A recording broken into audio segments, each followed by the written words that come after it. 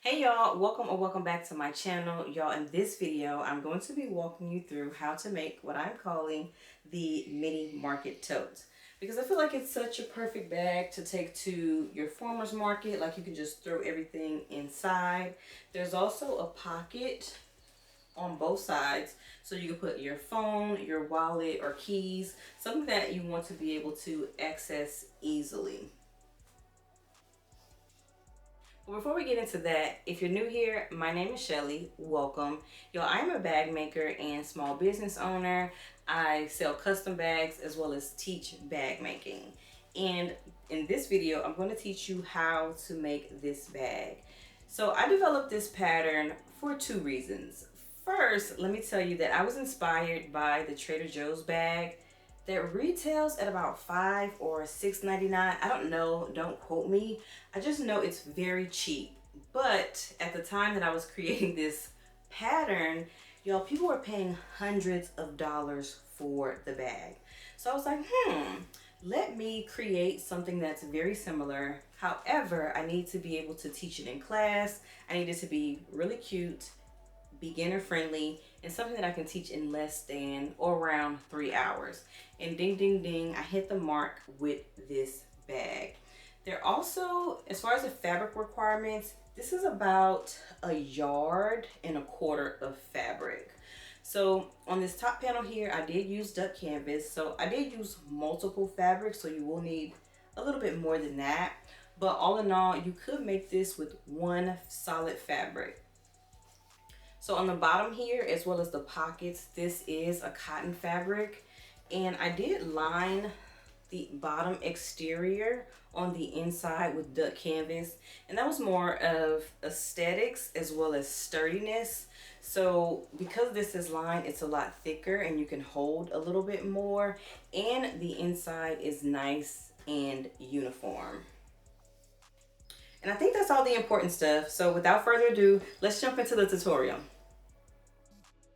All right, y'all, here are the pre-cut pieces that I'll be using to make this mini market tote. I'm using a mixture of duck canvas and cotton fabrics today. So I will be going through the dimensions of each piece. However, you can find a complete cut list linked in the description box below. Also, you'll find a link to some pre-cut kits that I've already prepared to help take the thinking out of making this bag, the thinking and the cutting. All right, so moving along, the first piece we're going to be looking at is the exterior bottom and lining panel. These are cut at 16 by 14 inches, and you just need one of each.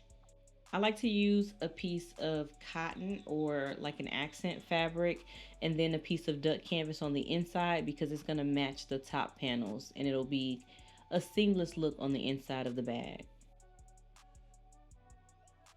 All right, next up we have our top panel pieces, and you want to cut two of these at 16 by 9.5 inches. All right, next we have our pockets, and you'll see I have 4 cuts here, 2 of the cotton fabric as well as 2 of the duck cloth. So it's totally unnecessary. You really only need 2 pieces. However, I had already cut the cotton pieces and I thought they were just a little too thin. So what I'm going to do is line them with the duck canvas to make them just a little bit thicker. And for these, you want to cut them at 6.25 by 6.5 inches. All right, lastly, we have the straps. I already cut 2 of these at 37 inches long, but feel free if you like a longer strap to give you more arm wiggle room to cut yours a little bit longer. All right, so first grab your 2 top panels as well as your pocket pieces. We're gonna prep all of these so when we go to the sewing machine, we can sew them all down at the same time. All right, so I'm gonna move all these other pieces out of the way and just grab one of the top panel pieces. So what I'm doing here is I'm going to fold the top edge down at 1/2 inch and finger press it. And actually I'm gonna go ahead and grab my iron so that this can be a whole lot easier. All right, so I'm just gonna press this down at 1/2 inch seam allowance. And then what I'm going to do is take that top edge, the raw edge, and fold it down 1/4 inch to that seam line. And honestly, you could just fold this a quarter of an inch and then another quarter of an inch, but I find it a bit easier to do it this way. And if you do have directional fabric, if you're not using a duck canvas for this top piece, or just make sure you're taking that into consideration. You want this to be the top edge and you want to be folding that raw piece towards the wrong side of that fabric. All right, so once I have it pressed into place and folded down a quarter of an inch, then another quarter of an inch, I'm just gonna grab my clips and clip it into place and do the same thing with the other top panel. I'm just gonna sit these to the side and grab the pocket pieces. If you're just using duck canvas for your pocket pieces, you're gonna do this top edge the same exact way that we did the panel pieces. You're going to fold it down a quarter of an inch, then a quarter of an inch, or you can use the method that I like to use, folding it down at a half an inch and then using that fold line as your guide. And then once you do that, you would just clip it into place. However, I'm doing it a little bit different. What I'm going to do is lay these two pieces together, right sides to right sides at the shorter side. I mean, it's only shorter by a quarter of an inch, but you want to pin those together at the top shorter edge.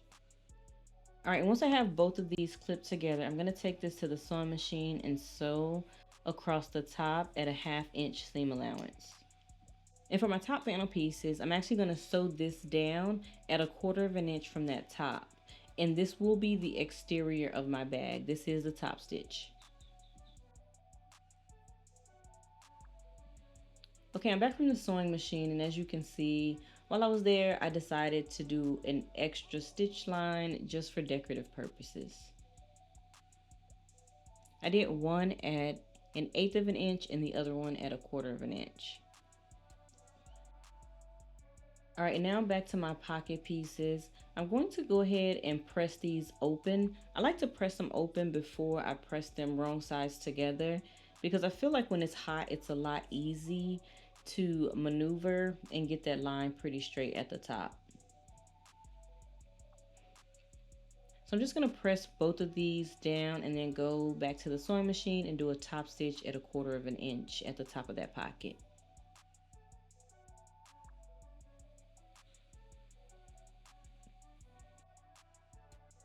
See, that fold is nice and seamless and it was done with ease.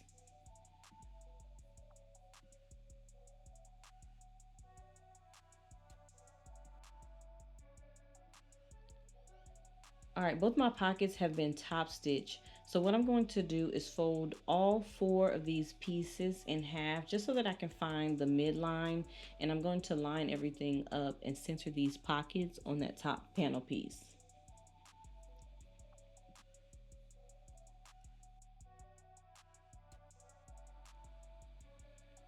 All right, centering my pockets again, finding that center folded line. I find that to be an easy way to center things, just folding it in half. I mean, I could get out the ruler, but why do that when I could just do this? So just go ahead and clip that pocket at the bottom. And I'm just gonna grab a few pins to secure the sides of the pockets and keep it straight. You could also use double-sided tape, but the pins were in reach for this. So one down, one to go. I'm gonna do the exact same thing on the other top panel piece. All right, now that I have both pockets secure, I'm just gonna take both of these to the sewing machine and base these pockets on at 1/8 of an inch. All right, both my pockets are secure. I'm just gonna trim all of these threads so I don't have threads hanging out under my straps once I put those on. All right, so the next step is securing our straps to the top panels. So go ahead and grab your straps and double-sided tape if you have it. All right, I got my handy dandy double-sided tape. Y'all, look how sticky this tape is. It is literally sticking to my hands. I get this tape from Wawak. It's the best tape I've ever used. Amazon does have a few options, but you gotta be careful because if you mess around and order the wrong thing, you'll be just wasting your money. But I do have this linked in the description box below as well. All right, once you make sure your straps are even, go ahead and put the tape on and secure those to those pockets. And you kind of just want to center this strap on the edge of that pocket. I'm just eyeballing it here to make sure these straps are straight. I already know my pockets are straight, so I don't feel the need to use a ruler. However, if you do, go right on ahead. All right, one down, one to go. I'm going to do the exact same thing on the other top panel.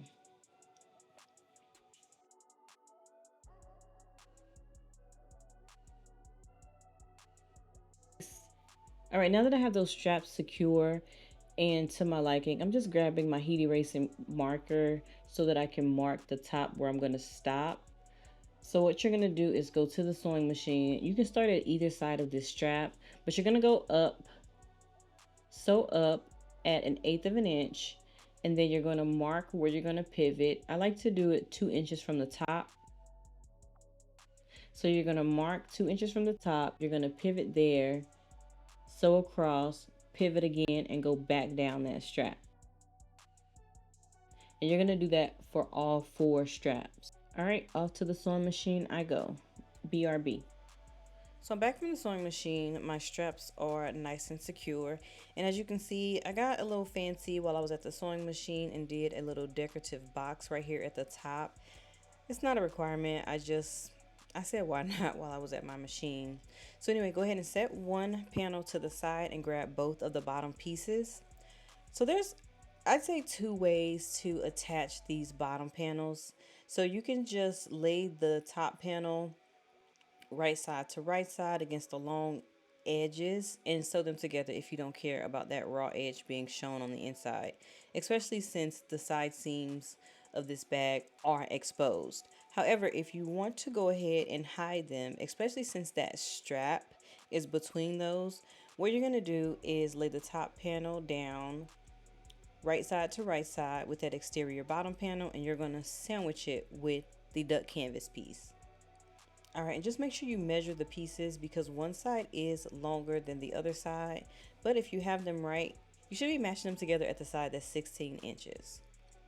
And once you have that all sandwiched, go ahead and clip it together, and you're going to take it to the sewing machine and sew it together with a 1/2 inch seam allowance. All right, so now that I have the first side of this exterior bottom panel sewn down, I'm going to pull both sides to the front.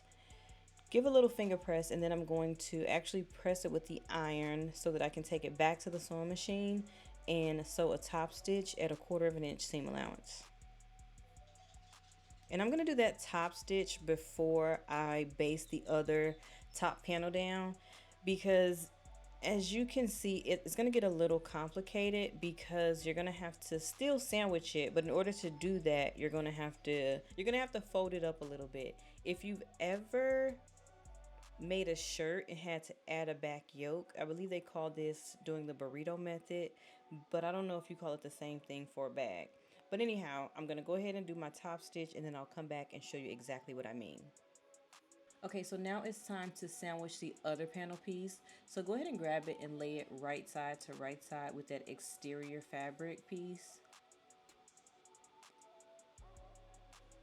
And I like to loosely clip them together right here because we still need to sandwich it between the lining piece. And so we're going to have to adjust these clips and then add a few more.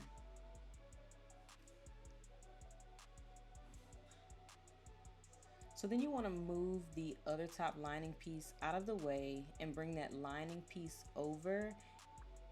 And you know you've done it right if that top panel is sandwiched between the lining piece as well as that exterior cotton fabric. So just add as many clips as you feel you need, enough so that fabric does not tug out of there when you get to the sewing machine. And I know this is a little difficult to see, but if that top panel is sandwiched between the lining and the exterior panels, you've done it right. All right, so now just take it back to the sewing machine and sew along this seam at a 1/2 inch seam allowance. Okay, I'm back from the sewing machine, and what you now need to do is pull both the top panels from between the lining pieces. And if your bag lays flat just like this, you have done it right, and we are almost done. And so doing it the other way is definitely easier, but I love how this method hides those seams and those thick straps are stuck on the inside of that bag and no one can see them. Okay, so I'm just gonna give it a really good press because I still need to take this new side back to the sewing machine and top stitch it at 1/4 of an inch. All right, so the bag has been top stitched on both sides and we are almost done, y'all. All we need to do now is fold this bag in half, stitch down both side seams at a 1/2 inch seam allowance, and then once we do that, we'll come back and box the corners.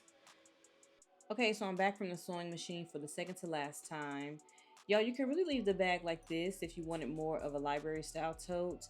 Of course, we're making a mini market tote, so I'm gonna go ahead and box these corners. But first, I'm going to take my pinking shears and cut up the sides of this bag. I mean, nothing's gonna happen, and it's not gonna fray beyond what it's already frayed. But for decorative purposes and to ease my mind, I'm just gonna use my pinking shears and cut down both sides of the bag. All right, so now grabbing my ruler so that I can go ahead and box the corners. I found that a 2 inch or a 2.5 inch box work perfect for this bag. It just depends on the depth that you want. So I'm gonna just do 2 inches, and I'm drawing my 2 inch box from the seam on the side of the bag, not the edge of the bag. And once you figure out the size box you want, go ahead and draw and cut those, and then we will box them. All right, when boxing, just be cognizant of this thread because you did just cut through it. So if you pull it too hard, the thread is just gonna unravel. So be really gentle as you're boxing your corners, remembering to make sure you catch all 4 layers of fabric because you also need to make sure you grab that exterior lining piece. Because what you don't want is to go back to the sewing machine and realize that you did not catch that in the seam. So taking all those things into consideration, box your corners, clip them down, and you're gonna take this back to the sewing machine and sew down at a 1/2 inch seam allowance. Y'all, and just like that, we are finished with this bag. I'm just gonna go ahead and cut the box corners with the pinking shears as well, just so everything matches. So just take inventory of your bag, look at everything, make sure all the stitching is there, clip all of your threads, and enjoy your new mini market tote. All right, makers, that is the end of this mini market tote tutorial. I hope you learned something. I hope I answered all of your questions. If not, please leave them below. I will get back to you and answer whatever question you may have. But remember, if you do want a downloadable cutting list, you can find a link to that in the description box, as well as a link to bag kits that I have already prepped. Like, you don't even have to think about cutting. You don't have to buy a little bit of duck canvas and a little bit of cotton. I have a variety of kits already prepped that you can buy directly off my website. All right, y'all. Until the next one, happy sewing.